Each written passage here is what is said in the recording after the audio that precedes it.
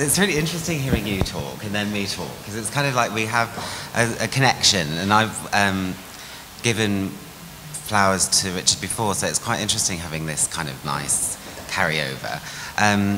But so I'm an artist, and I studied in Manchester at MA, and I was interested in the idea of location and memory, and how when you're walking along the streets or around your house or whatever, you are kind of jolted into remembering certain things depending on what's happened at particular locations. And on one particular day, I experienced 3 separate incidences of homophobic abuse, where people were just shouting at me random things like "you fucking faggot" and stuff like that. This is one of them. It's about time we went gay bashing again, isn't it? And this was just round the corner from where I lived. And on that same day, this one happened. So I was at this location when obviously I was shouted at and had this abuse, and it was really odd to me that this was kind of still happening. And Manchester's quite a gay-friendly city, and there's a gay village, and lots of my friends obviously were gay, and they hadn't really experienced it, or if they had, they sort of just brushed it off as something that you just kind of have happen to you all the time. It's not really a big deal. And I started to get really angry on this particular day, experiencing it 3 times. I was just really wondering why these people were doing it, and I wanted to sort of raise awareness of it in this kind of way. And really, what I noticed is when I was walking along the street where this experience had happened the day before, I would remember this location and think about what had happened. And I wanted to kind of do something similar so other people might notice something about that location in a slightly similar way. And because it seemed that I had sort of jolted these people's sort of idea of the city and that forced them in some way to comment on my presence there, I thought about planting a pansy or a flower initially that was going to do something similar. So I thought a lot about which flower it would be and how I would mark this location. And the pansy obviously became totally the right flower, because obviously in English it's associated with gayness, and you can be called a pansy if you're gay.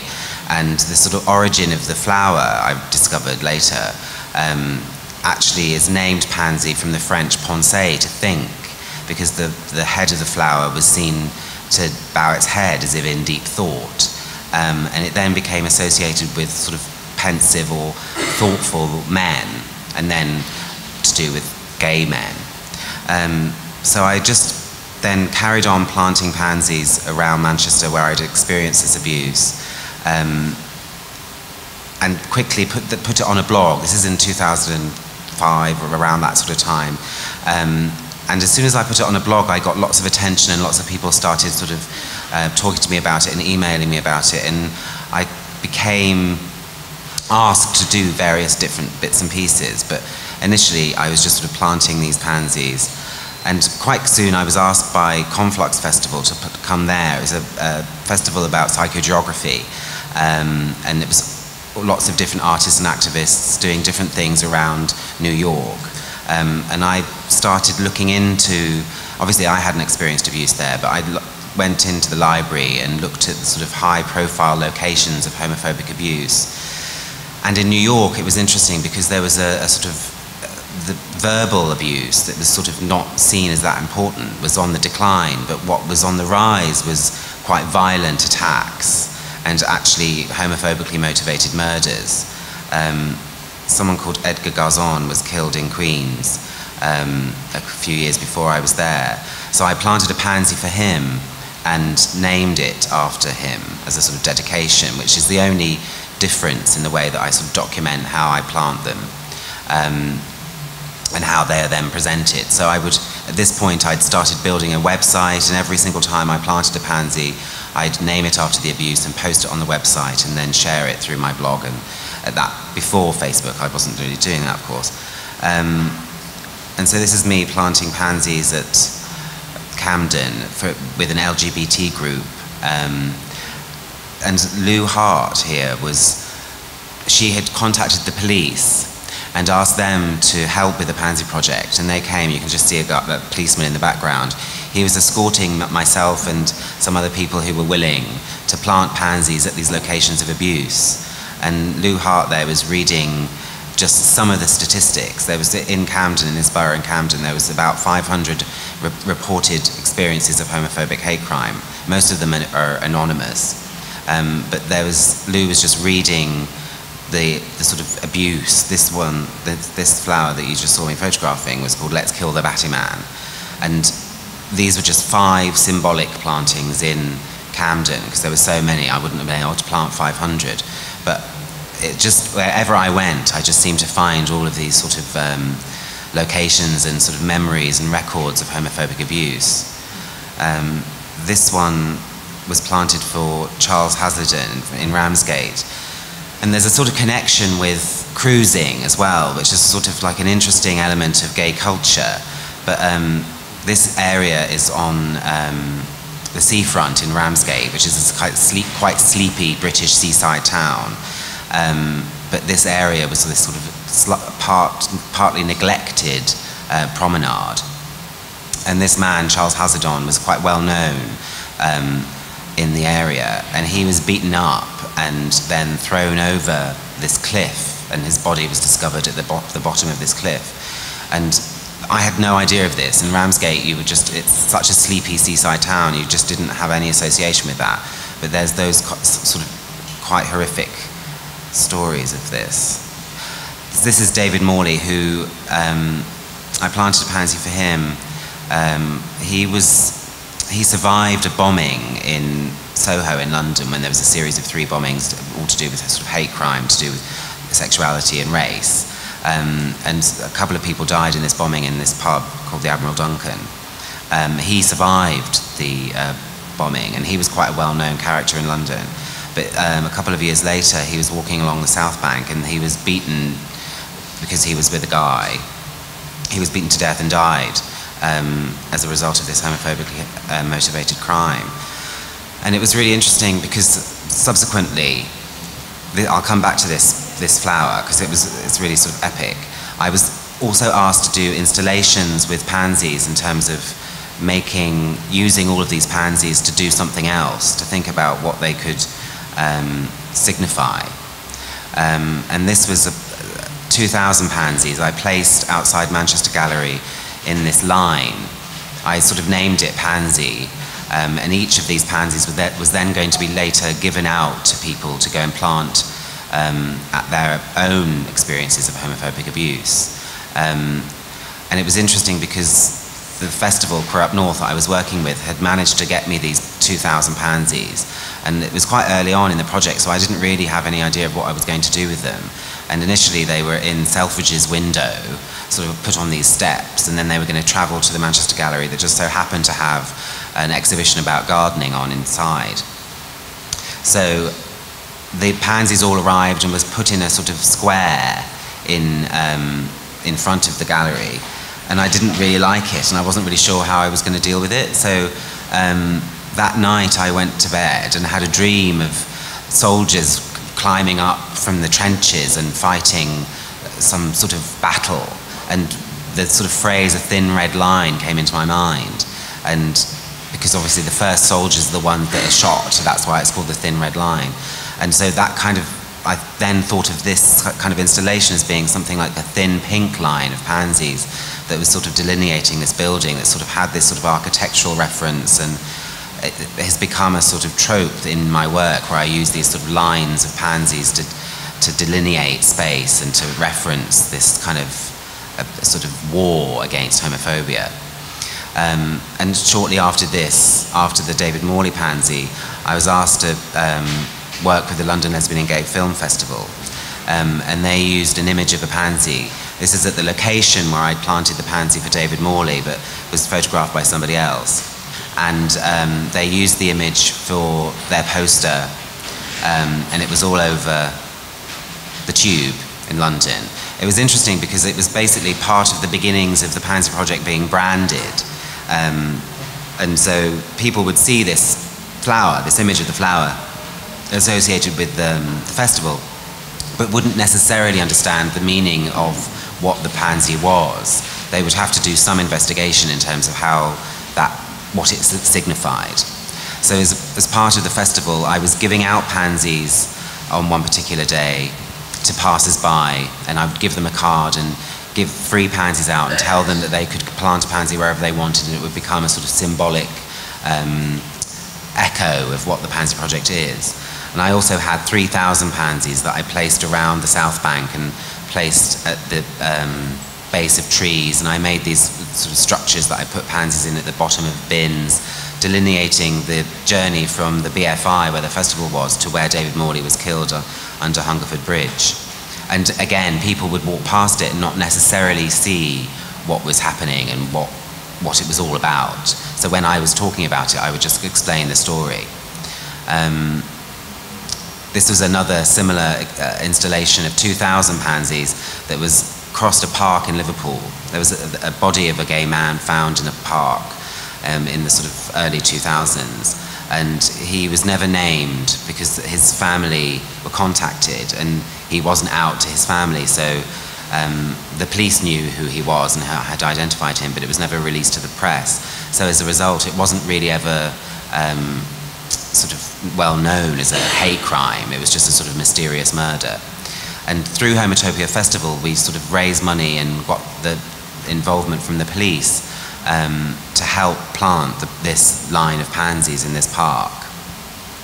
So there was actually police there. There was a whole big day of police coming to help me plant these 2,000 pansies. It was really interesting, and there was lots of discussion about how the police were supporting what I was doing to sort of help raise awareness of homophobic hate crime. And in Liverpool, it was quite a big deal. But the year after I left, Michael Cause's body, he was basically killed. He was beaten up at a party, and then his body was thrown over a wall in Liverpool, and he died a couple of weeks later from a result of his injuries.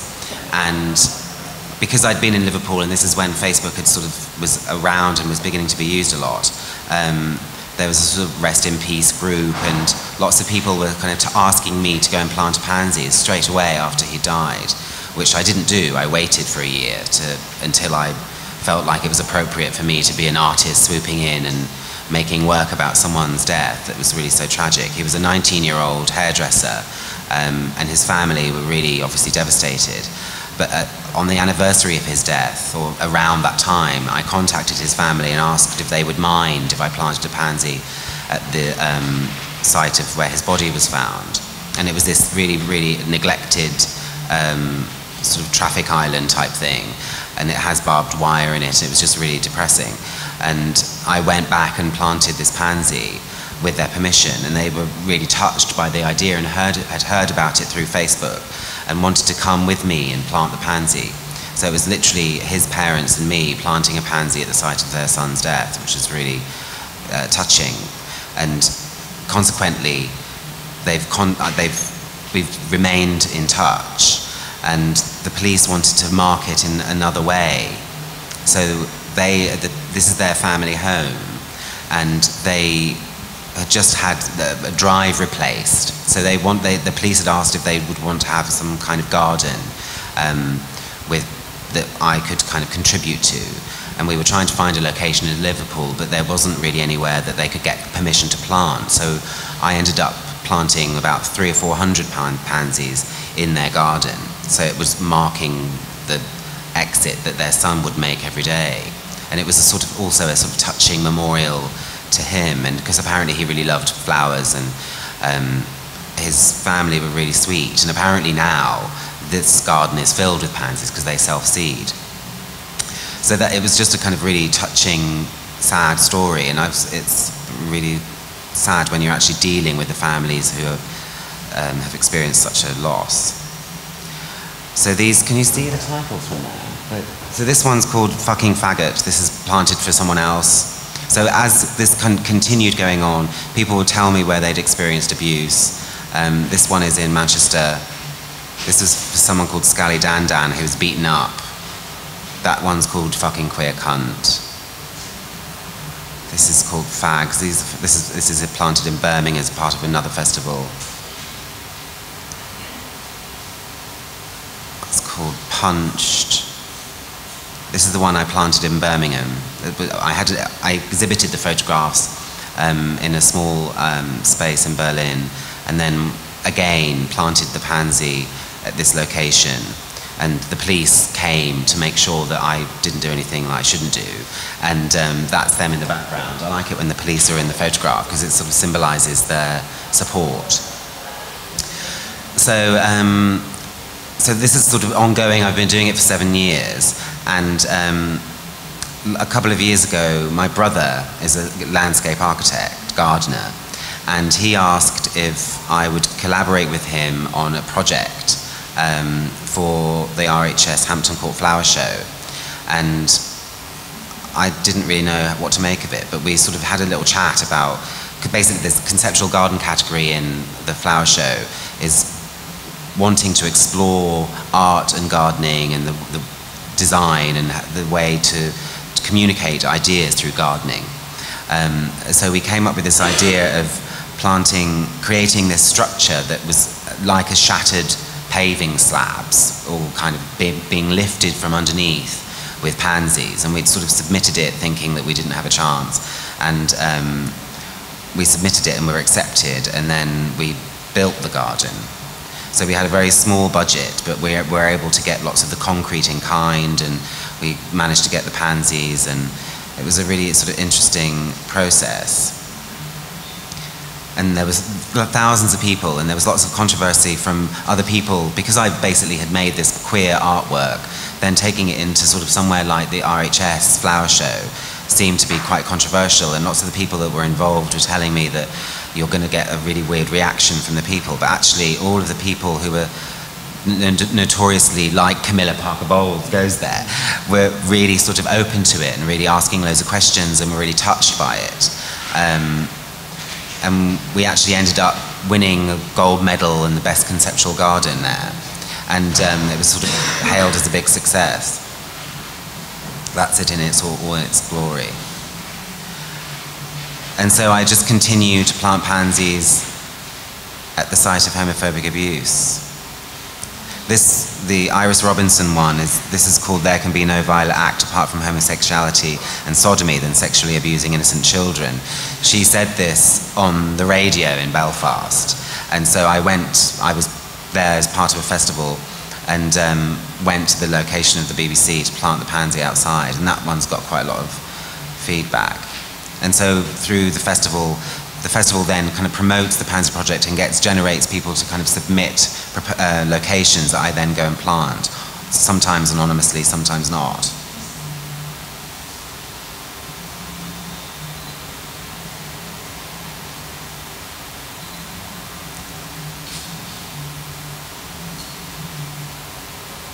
Lots of them are called fucking faggot, which is a bit boring, really. So this is kind of like a selection of the images from Liverpool, a lot of them with planting pansies with the police. I think I'll leave it there. So I just continued to plant them. So later on this afternoon at 3 o'clock, I'm going to meet at the tower, and I've sort of gathered a few locations, and then we're going to go and plant them. So anyone that wants to, you can come with me and plant pansies at the locations, and I'll be documenting it. And you're going to come, aren't you?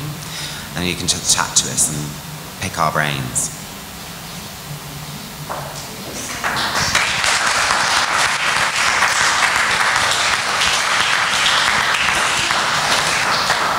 Thank you, Richard and Paul. Are there any questions?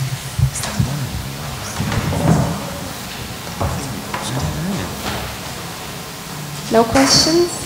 So maybe Richard just told us that there is a publication. Paul, you are working on a publication. I'm working on a publication now, hopefully in bookshops soon. Who knows? Soon as next year? Yeah. Or I don't know really yet, but you can see there's a whole sort of history of the project on thepansyproject.com is the website, and also there's a blog, and you can follow me on Twitter, which is the Pansy Project, and there's a Pansy Project like page on Facebook. Great. So, oh, you have a question.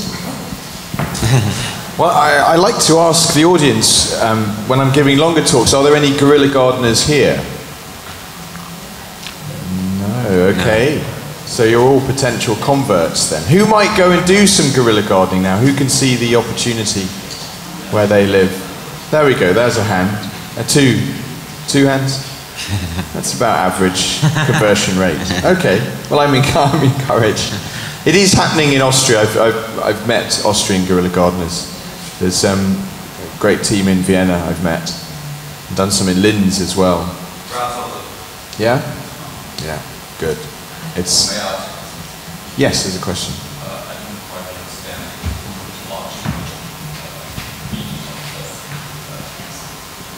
I didn't quite understand. Or can it be translated into German, the etymological meaning of the name Pansy from the French once more? So penser is French for think, to think. And so it was associated with, so it's called pensée in English. So the flower was named after the French word penser, to think, because it was, the face of the flower was seen to bow its head as if in deep thought. And then it became associated with thoughtfulness, and actually internationally the flower is associated with free thought.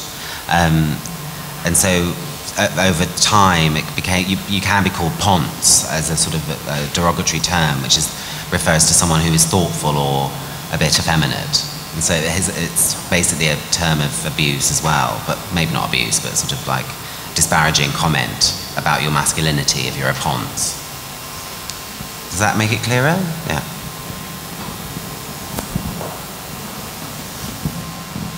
So no questions so far. Maybe could you tell a bit about your research for the Graz planting? Yeah, well, I tend to use the internet and try and find locations, and it's been interesting that it doesn't seem that there's been that many high-profile incidences that have been reported anyway. So I've sort of put calls out on Twitter and Facebook to try and generate some interest, but that's, if there's anyone here who knows of any locations, I'm still interested. But I had some help from Christoph Hartner here, who found me some locations, and so I'm going to be planting them in sort of quite well-known areas where there has been sort of reports or sort of incidences of abuse, sort of anecdotally.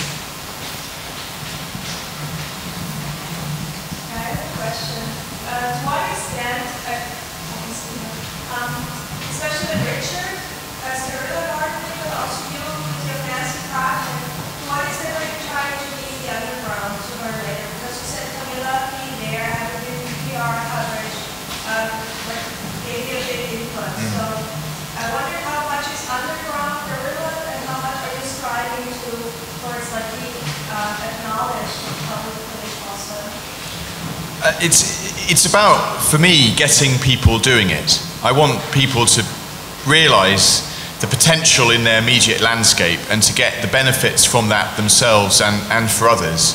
So making use of land that isn't as giving as much to them and to others as it could be. And to get there, it is about making people think, yep, I can do it. But it's also about getting there on your own terms. And that means, in my case, it's not about asking first. And were I to have been talking about other examples, I would have demonstrated where the authorities have confirmed that had I asked permission, they would not have given it.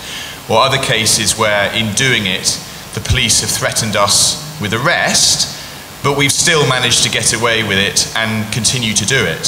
So the endorsement of someone like Camilla is a way of overcoming the barrier that some people would have, that gardening someone else's land without permission is sufficiently bad or criminal that they shouldn't bother doing it. And yet if they don't do it, if they seek permission first, the gardening may well never get done. So that's the tension. It is practically better to do it without permission, but that of course is a massive deterrent for a lot of people. So the more positive stories and endorsements guerrilla gardeners can get, in my view, the more people are likely to do it, and the objective is going to be fulfilled. So the activity is by its nature underground, but the more mainstream it can become, the better. The side effect is that for those people who are motivated to participate because it's underground, because it's mischievous, because it's a direct, unsettling challenge to some in authority, they will be less attracted. But that's fine by me, because I want people who are motivated not by the mischief, primarily, although that is fun. I want them motivated by the longer term pleasure of the gardening and the social side. So I have permission in one location now, and that's great. I'm not a guerrilla gardener in that place. I can garden with even more confidence. The council still charge as if they were doing the gardening there, but I've kind of won it on my terms. And I see that pattern happening over and over again. The guerrilla gardeners in New York, which is where the term is coined from, they got permission after a year and a half of working hard, but it was a loose, tenuous permission, a short-term contract. And it took 35 years for some of those gardens to be given the kind of tenure that made them much more permanent. But along the way, many of those gardens also got destroyed. So it is a journey from criminality to absolute mainstream legal acceptance. And some people will find that unappealing, but they can challenge their mischief into other causes. Because it's interesting, because I do it in a slightly different way, because when I'm planting pansies individually, I never get permission either. But then sometimes I'm actually accompanied by the police to do it, even though we haven't sought the permission. So they are sort of sanctioning it, but technically I could be arrested by them for doing it, even though I'm planting a pansy to comment on this other crime, which is perhaps deemed as more serious, you would think. So that's kind of an interesting area, isn't it, in terms of the difference? And it's interesting, I heard some of the discussion yesterday morning about what artists can get away with, I think in Germany, and that was news to me. I mean, in the UK, just because you're an artist doesn't mean you can get away with being a criminal. And yet Paul is able to, because the police see the rational case, they can see the purpose of it. But it sounds like if what we were doing in Germany, if we were doing it by being able to demonstrate on paper that we're artists, would mean that we perhaps weren't guerrillas as much, I suppose, because it's just art. Which I felt a little disappointed by, actually. It makes it harder to perhaps be an artist activist where you're just accepted. Because you use the term accidental activist. Yeah. I use that as well, because initially I'm an artist, but I was commenting on my own experience, and then it's become bigger as a result of it. So I do consider myself as a sort of an activist, but firstly I'm an artist, so I'm not sort of such a gardener as you are. Yes, I think that's the difference. We're both accidental activists. My starting point was, I'm a keen gardener without a garden. I mean, it's as basic and as unpolitical as that. And Paul's starting point is an artist, expressing himself. But such is the world we live in now, that if people are excited and find something relevant in what you're doing, then it gathers momentum. And I am sort of energized by discovering other guerrilla gardeners and their stories, and sometimes our motivations are very similar, sometimes they're very different. There's a whole side of guerrilla gardening that is very little about the gardening at all. Some gardens might last a few minutes to make a point, but the plant is being used as a symbol. But that's for another presentation. You'll have to buy the book to read those stories, or go online. There you go, that's the sales pitch. She ran out of the room. Question. What's going on? That was just a sound bombing. You have a question too? So sorry. Can you imagine a situation in which city council just tells the citizens of the city that there are some spots, some places in the city where they can garden, and would it be good, where they can garden legally if they want? Yeah, would it be good? I think that would be brilliant, and it has happened in a few places. I know in Montreal that happened, where the city authorities they were redoing a pavement, and they made the tree pits, you know, the space around the trees, a lot bigger, and they put in really good soil, and they put up little notices inviting people to plant them up. I don't think it was hugely successful. I don't know the full details. A guerrilla gardener called Luke told me about it. Because, of course, you've got to find people who have the motivation. And that's actually I think is the bigger challenge than dealing with the permission. It's really bringing to life, why should people bother to garden, you know, invest their time and money and in something that is very potentially vulnerable in a public place. Why should they bother? And that's what I concentrate on, trying to make people realise, you know, they should, because of many benefits that come from it, such as finding a partner for life. I can't guarantee that for everyone, of course, but it feels good. So it's happened in Montreal, and actually, whilst my local authority are terribly unsupportive and belligerent, Southwark Council are a shocking organisation in London. They actually destroyed a pavement garden that I created, which was the only time I'd ever done it, having had permission first. It was never a guerrilla garden, and one of their cleaners destroyed it after 2.5 years. It had been award-winning. A councillor had even gardened with us. So even permission in my local authority cannot guarantee protection. But next door in Lambeth, where they've been very open to this and have encouraged me to talk to their residents about it, they now facilitate it. So it's not guerrilla gardening. I call it pimping pavements. And they'll help make that little space around the tree a bit easier to plant in, and give the materials and provide the, you know, the edging and all, and get people planting up their streets. And that also happens in cities in the Netherlands as well. They call it facade gardening, where the city will remove slabs, put soil in, and get people out, you know, doing it for themselves. And I mean, Amsterdam's a fantastically inspiring city for what you can do with plants in the street in a very small space. And the diversity in the landscape there is because of all these different individuals and small groups involved in doing it, rather than the sort of municipal planting you get in some cities, where it's very much the hand of one or two designers. So that's the vision I have for cities. I have a friend who's a landscape architect who's doing a project now in Leiden, where there is this pavement tradition as well, and they won a long-term landscape strategy for that city, partly on the basis of incorporating people in tending the public realm as well. So I think, yeah, places like the Netherlands are leading the way.